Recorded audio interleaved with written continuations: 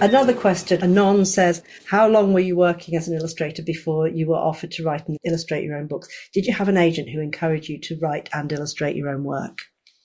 I mean, I wasn't offered. It's a funny story, actually. So for years, I was trying to write a picture book because I really wanted to do that. And I was going home to Ireland every Christmas, and I'd meet all my old friends, and they're like, "Oh, what are you up to?" And I was like, "Oh, I'm trying to write a children's book." And every year it got embarrassing saying, "Oh, yeah, where's the children's book?" Whatever. Anyway, after about 5 years, I was telling this to my studio mate, and she was like, "Oh, you should go to Bologna Book Fair just as a deadline, because then you'd have to write a children's book or do a draft of a children's book, because that's a deadline." So I booked my ticket to Bologna. I literally spent the last weekend trying to come up with a children's book idea and managed to do it, a vague idea of a children's book. Went around children's, like all of the publishers, and I was offered a contract from a Korean publisher. And so then I made that, and then it wasn't going to get translated into English. So this is like 18 months later, it still wasn't translated into English. So I went back to Bologna 2 years later, and with these Korean children's books, and I was giving them to publishers, asking, would they consider translating it? And then it did get translated, and that's when I got it published with Walker.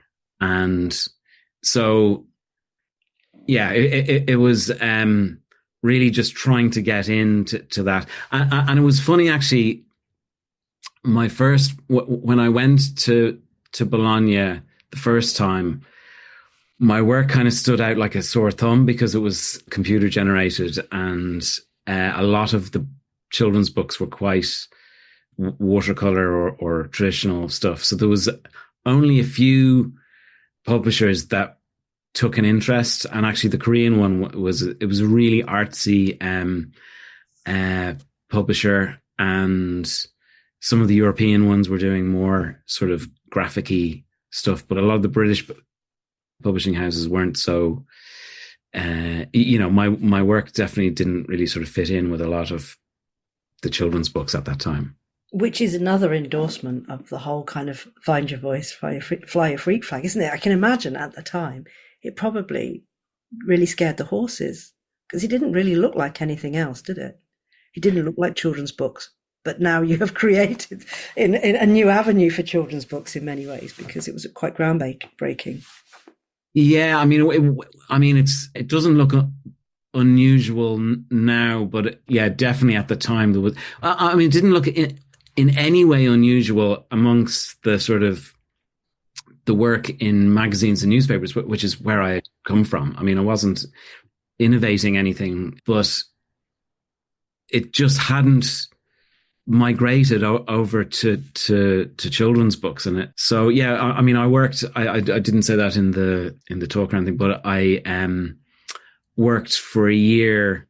When was that? Around 2004, something like that. 2004 in an animation studio in London, and there was an amazing animation studio called Studio AKA, and they did Hey Dougie, and they were doing they do brilliant work, but it was mainly advertising, but they were all very much sort of computer generated stuff, and very almost like graphic designers making animation, really. So I sort of picked up the ways of working from them, and then sort of transferred it to the other things I was doing, really. Can we ask, because in relation to one of the questions in the chat, Margaret's saying when you get demons of doubt creeping in, I'm just thinking the confidence that you had, obviously from your early stage in your career during editorial and advertising, you knew that there was an appetite for your work, but to maintain that confidence as you searched for a publisher to take that on. And I love the way that you didn't even need an agent. You found your Korean tribe, who, and like you say, perhaps an more artsy, progressive publisher who was prepared to take a risk and could recognize the quality in your work. How have you ever dealt with doubt about what am I doing? Yeah, I mean, especially with the early stages of my career, like you'd be pumping out illustrations so regularly, like the editorial things, often it's like next day turnaround and stuff like that. But yeah, the first, I mean, I used to be like, oh my God, it's either brilliant or terrible. I mean, do you know what I mean? But it's 3 a.m. and you can't tell the difference anymore. Yeah. And is it too simple, or is it that it looks like I'm getting away with something, and so this sort of thing. But if you're doing it again and again and again, and I mean, I look up, I kept folders for, this is the work I did in 2002. This is the work I did in 2003. And each illustration would be in a different folder. And some of them have like 75 folders in it, different. These would be illustration projects. So like you're doing a lot of illustrations. Some of them might be a whole campaign.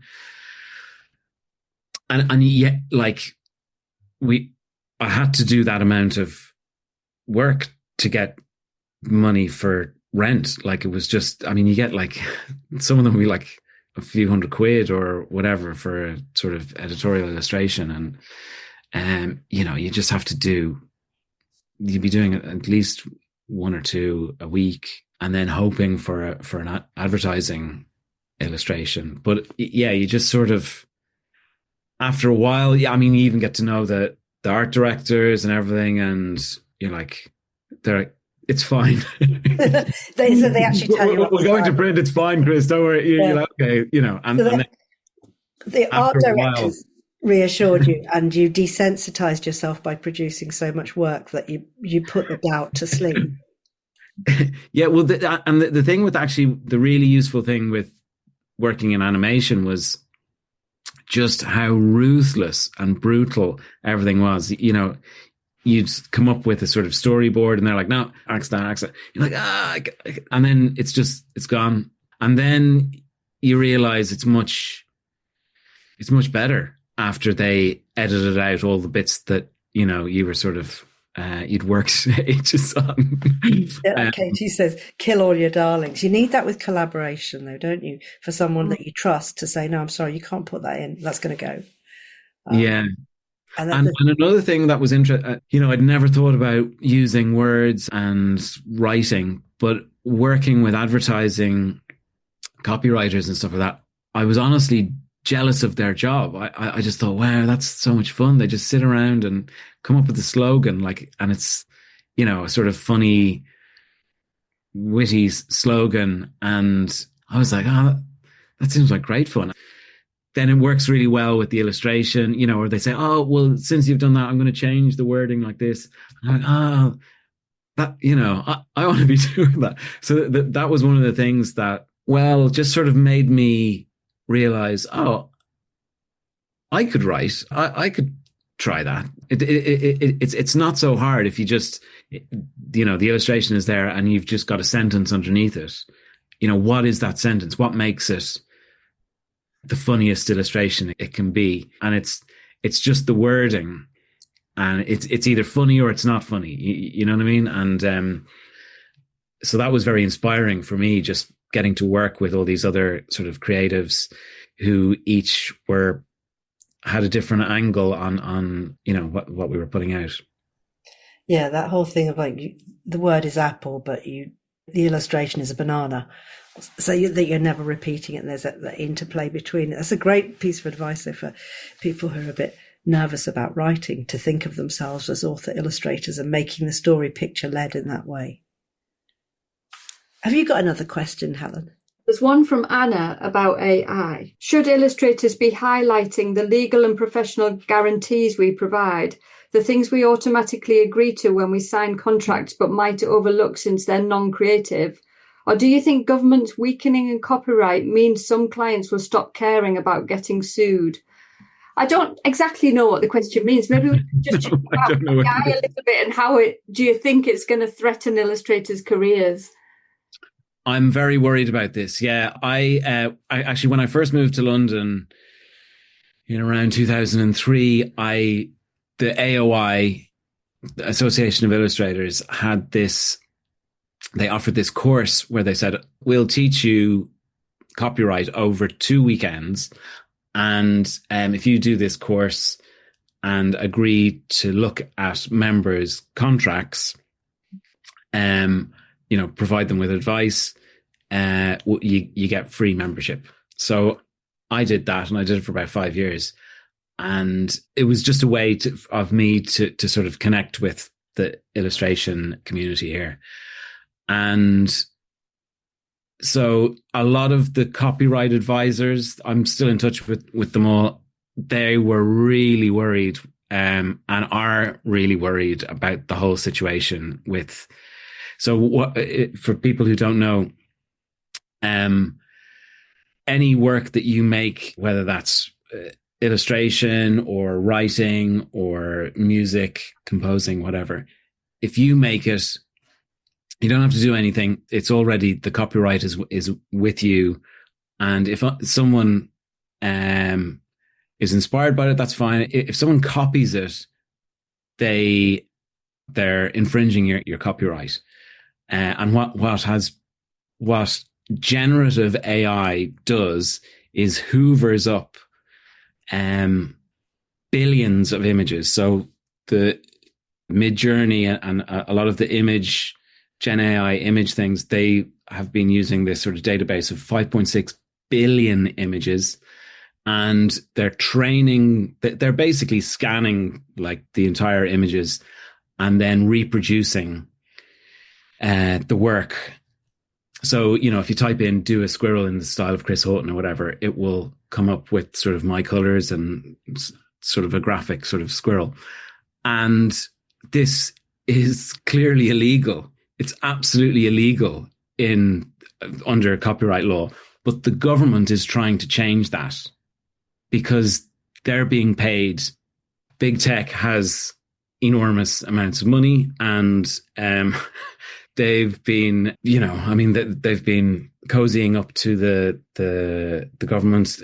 Like Claire Barkley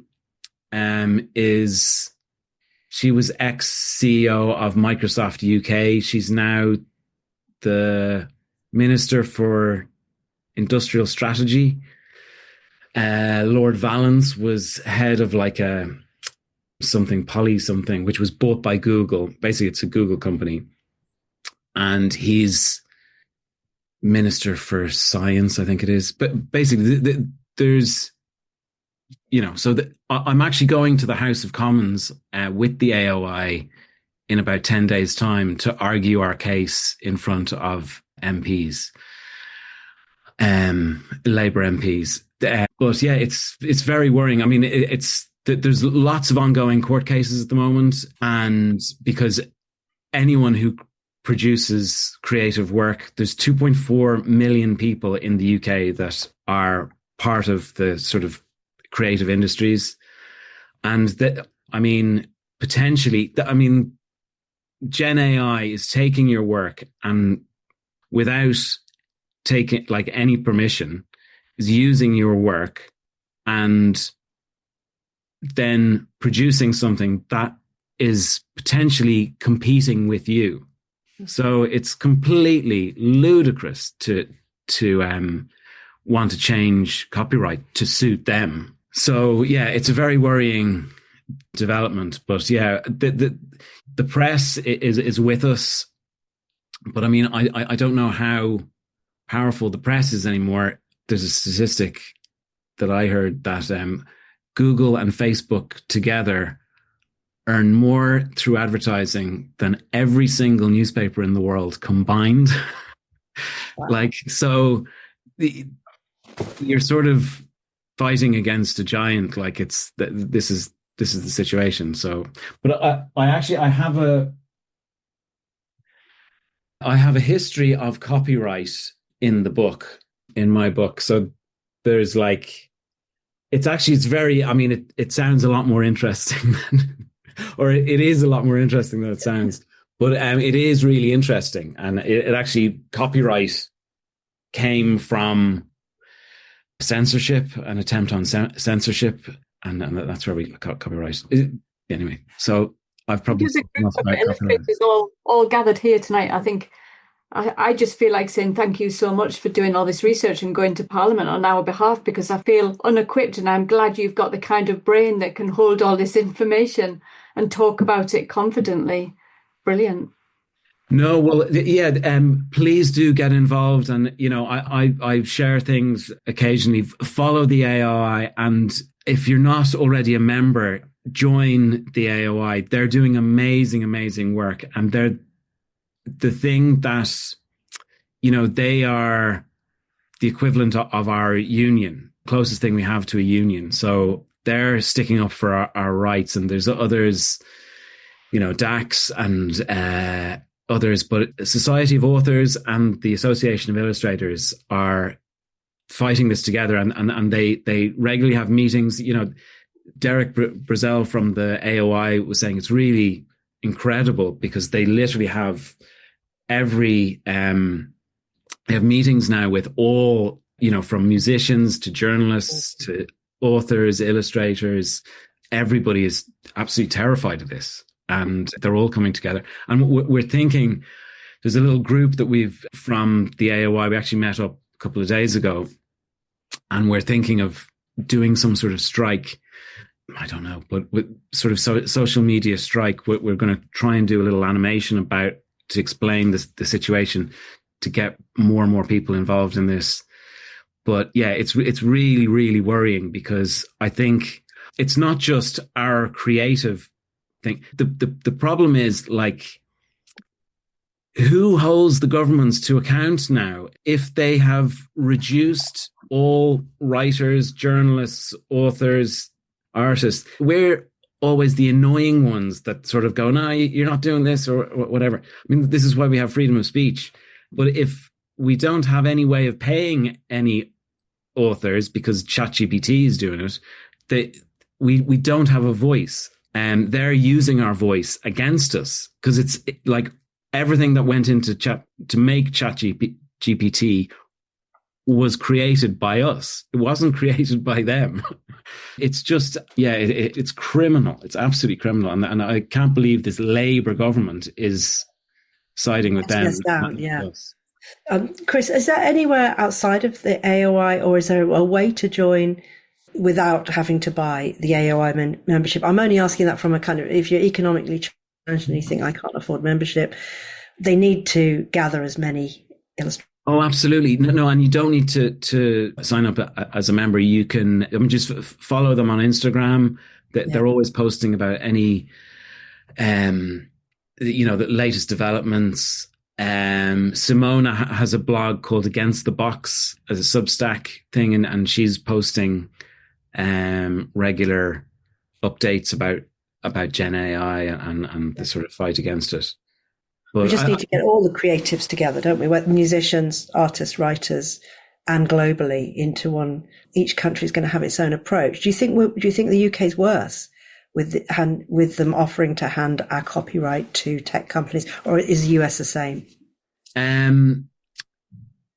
Well, that proposal was way worse. Yeah, the US and the UK copyright is slightly different. The US has this fair use thing, which is basically like you can use quotes and whatever.